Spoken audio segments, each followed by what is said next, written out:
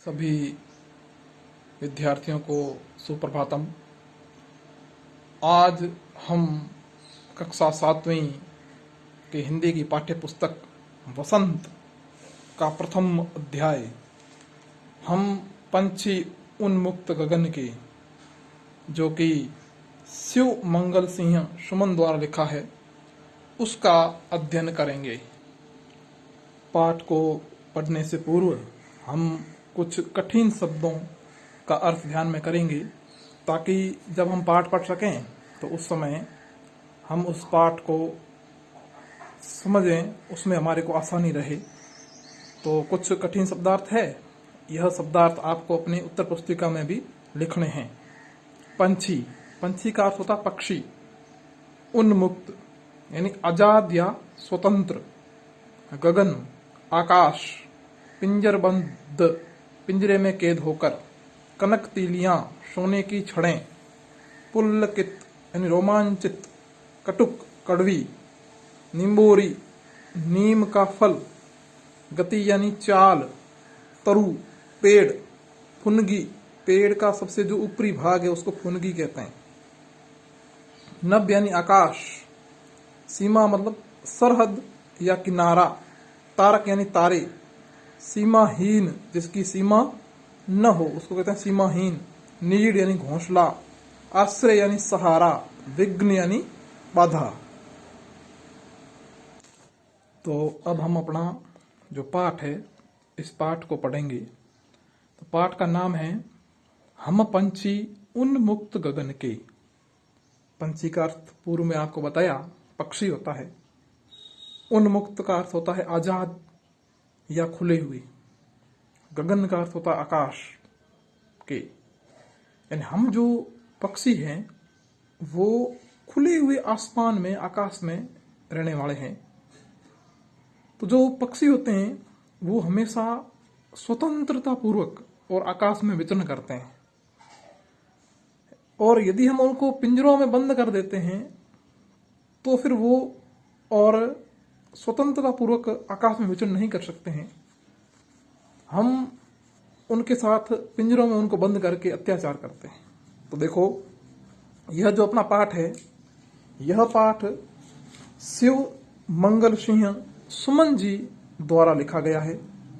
वो इसके कवि हैं। अब अपन इस पाठ को पढ़ेंगे और इसका अर्थ समझने का प्रयत्न करेंगे। तो इसमें पहले लिखा हुआ है, हम पंछी उन्मुक्त गगन के पिंजरबद्ध न गा पाएंगे। हम पक्षी और आजाद आसमान के हैं या आकाश के हैं, पिंजरबद्ध न गा पाएंगे, यानी पिंजरे में कैद होकर और गा नहीं पाएंगे। हम तो केवल आसमान में उड़ने वाले स्वतंत्रता पूर्वक और पक्षी हैं, और यदि हमारे को आप पिंजरे में बंद कर दोगे तो हम गा नहीं पाएंगे। कनक तीलियों से टकराकर पुलकित पंख टूट जाएंगे। यहां पर कनक तीलियों का अर्थ है सोने की छड़ों से टकराकर पुलकित पंख टूट जाएंगे, यानी हमारे जो पंख है वो सोने की तीलियों से टकराकर क्या हो जाएंगे? टूट जाएंगे। हम बहता जल पीने वाले मर जाएंगे भूखे प्यासे, कहीं भली है कटुक निम्बोरी कनक कटोरी की मेदा से। पक्षी कहते हैं कि हम बहता जल पीने वाले हैं, यानी जो नदियों का जल होता है वो बहता हुआ जल, उसको हम पीने वाले हैं। मर जाएंगे भूखे प्यासे, और यहां पर हम इस पिंजरे में कैद हैं, तो यहां पर हम क्या हो जाएंगे? भूखे प्यासे मर जाएंगे। कहीं भली है कटुक निम्बोरी कनक कटोरी की मेदा से, यानी ये पक्षी कहते हैं कि कई भली है कटुक निम्बोरी। कटुक यानी कड़वी, निम्बोरी यानी जो वृक्ष होता है हमारे नीम का, उसकी जो निम्बोड़ी होती है, जिसको हम निम्बोड़ी कहते हैं, वो कनक कटोरी की मेदा से, यानी सोने की कटोरी में भी यदि आप हमारे को मिष्ठान दे दोगे, कोई अच्छी चीज दे दोगे, उससे अच्छी हमारे को वो क्या लग रही है? कड़वी निम्बोड़ी लगती है। तो यह अपना जो पहला पद है उसका अपना भावार्थ था। तो एक बार अपन वापस इसको और पूरे का अर्थ देखते हैं। तो देखो, इसमें मैंने आपको पूर्व बताया कि जो पक्षी हैं वो पक्षी कहते हैं कि हम खुले आसमान में उड़ने वाले आजाद पक्षी हैं, इसलिए पिंजरे में कैद होकर हम अपना मधुर गान नहीं गा सकेंगे। भले ही वह पिंजरा सोने का बना हुआ क्यों न हो, हमारे रोमांचित जो पंख है पिंजरे में लगी इन सोने की तीलियों से टकराकर टूट जाएंगे। हम पक्षी नदियों झरनों का बहता जल पीने वाले हैं, हम पिंजरे में कैद होकर भूखे प्यासे मर जाएंगे। हमारे लिए पिंजरे में सोने की कटोरी में रखे हुए मैदा से तो अच्छी क्या है, नीम की कड़वी निम्बोड़ी है। इस प्रकार से इसका भाव ये हुआ कि पिंजरे में कैद होकर सोने की कटोरी में रखी मैदा खाने से अच्छा है कि हम आजाद होकर खुले आकाश में उड़ें। यानी पक्षी हमेशा यही चाहता है कि वो आजाद होकर खुले आसमान में उड़े, उसकी यही प्रकृति होती है। अब देखो आगे, स्वर्ण श्रृंखला के बंधन में अपनी गति उड़ान सब भूलें, बस सपनों में देख रहे हैं तरु की फुनगी पर के झूले। अब देखो क्या कह रहे, स्वर्ण श्रृंखला यानी सोने की जंजीर के बंधन में अपनी गति उड़ान सब भूल गए। यानी आपने हमारे को इस सोने के पिंजरे में कैद कर रखा है, इसमें हम अपनी गति उड़ान सब कुछ भूल गए हैं और बस सपनों में देख रहे हैं तरु की फुनगी पर के झूले। और हम क्या देख रहे हैं, सपनों में। तरु का अर्थ क्या होता है, पेड़। फुनगी मैंने आपको पूर्व बताया, पेड़ का जो सबसे ऊपरी भाग होता है उसके ऊपर झूले झूलना, यानी उसके ऊपर जाने के हम सपने देख रहे हैं। इस प्रकार से यह कहते हैं, ऐसे थे अरमान की उड़ते नीले नभ की सीमा पाने, लाल किरण सी चोंच खोल चुगते तारक अनार के दाने। और हमारे जो अरमान हैं, यानी इच्छाएं हैं, कैसी थी, उड़ते नीले नभ की सीमा पाने। यानी हम जो नीला आसमान है और उसकी क्या करें, नीले आसमान, नभ का अर्थ होता है आकाश, आसमान, उसकी सीमा यानी उसका जो किनारा है वहां तक पहुंच जाएं। और लाल किरण सी चोंच खोल, और हमारी जो चोंच है वो किसके समान, तो लाल किरण सी चोंच खोल चुगते तारक अनार के दाने। और हम क्या करें, चुगें, तारक यानी तारों और अनार के दाने। अब इसका हम पूरे का ध्यान करेंगे। तो पक्षी कहते हैं कि सोने की इन जंजीरों में बंद कर हम अपनी स्वाभाविक चाल और वो क्या है भूल गए हैं और उड़ने का ढंग भूल गए हैं।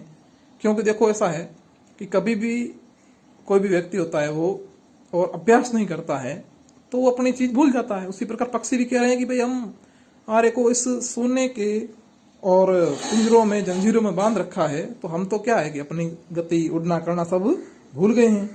पेड़ों की फुनगी पर बैठकर मजे से झूलना अब तो हमारे लिए बस सपने की बात बनकर रह गया है।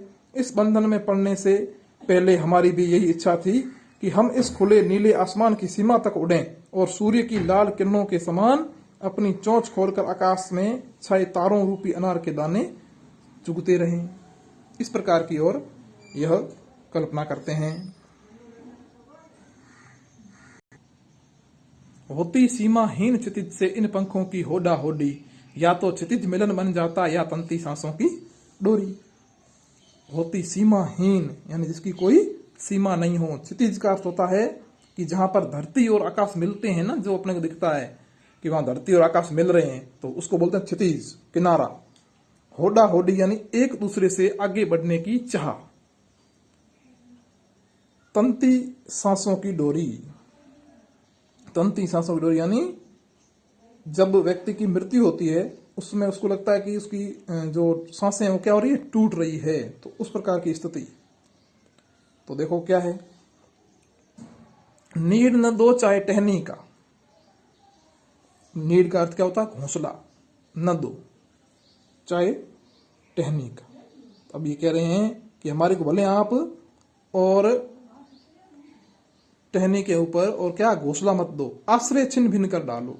आश्रय का मतलब क्या होता है, रहने का स्थान जो है वो भी क्या करो, छिन्न भिन्न तोड़ दो, नष्ट कर दो। लेकिन पंख दिए हैं तो आकुल उड़ान में विघ्न न डालो। लेकिन हमारे को भगवान ने पंख दिए हैं तो हम जो उड़ते हैं उसमें हमारे के विघ्न यानी बाधा नहीं डालो, हमारे को आराम से आप लोग उड़ने दो। अब देखो इसका पूरे का क्या होता है, तो पक्षी है वो कहते हैं कि हम स्वतंत्र रहते हुए और आसमान की ऊंचाइयों को छूते हुए उनके पंखों में इस प्रकार की होड़ लग जाती है कि उड़ते उड़ते ही या तो वो क्षितिज को पा जाते हैं या अपने प्राण गंवा देते हैं। तो इसमें ना होती सीमाहीन क्षितिज से इन पंखों की होड़ा होड़ी, यानी उनकी आपस में होड़ा होड़ी होती है, आपस में कंपटीशन होता है कि हम या तो क्या करें सीमाहीन क्षितिज पर, जिसकी कोई सीमा नहीं है, वहां पर क्षितिज है, वहां पर या तो हम चले जाएंगे या हमारा क्या हो जाएगा, अपनी सांसों की डोरी तन जाएगी, यानी हमारी मृत्यु हो जाएगी, हम अपने प्राण गंवा देंगे। दोनों में से एक काम होगा। फिर क्या कहते हैं, पक्षी कहते हैं कि चाहे उन्हें रहने के लिए घोंसला न दो, नीड़ न दो, चाहे टहनी का आश्रय छिन्न भिन्न कर डालो। अब क्या कर दो, जो हमारे टहनी का आश्रय है यानी टहनी है, उसके ऊपर अपना घोंसला और बनाते हैं, उसका आश्रय यानी रहने का जो हमारा स्थान है वो भी भले नष्ट कर दो, लेकिन ईश्वर ने उन्हें पंख दिए हैं तो उनकी उड़ान में बाधा न डालो, उन्हें आजादी के साथ उड़ने दो। यानी लेकिन पंख दिए हैं तो आकुल उड़ान में विघ्न न डालो, यानी हमारे को भगवान ने पंख दिए हैं, उनमें भी आप क्या कर रहे हो, विघ्न डाल रहे हो, तो वो विघ्न मत डालो, यानी हमारे को पिंजरे में कैद मत करो, स्वतंत्र रहने दो, घूमने दो, फिरने दो। इस प्रकार का ये जो हमारा कक्षा 7वीं का प्रथम पाठ हम पंछी उन्मुक्त गगन के, इसका हमने और कविता जो है उसका भावार्थ समझा, और अगले अध्याय में हम इस पाठ से संबंधित जो प्रश्नोत्तर हैं उनको करेंगे।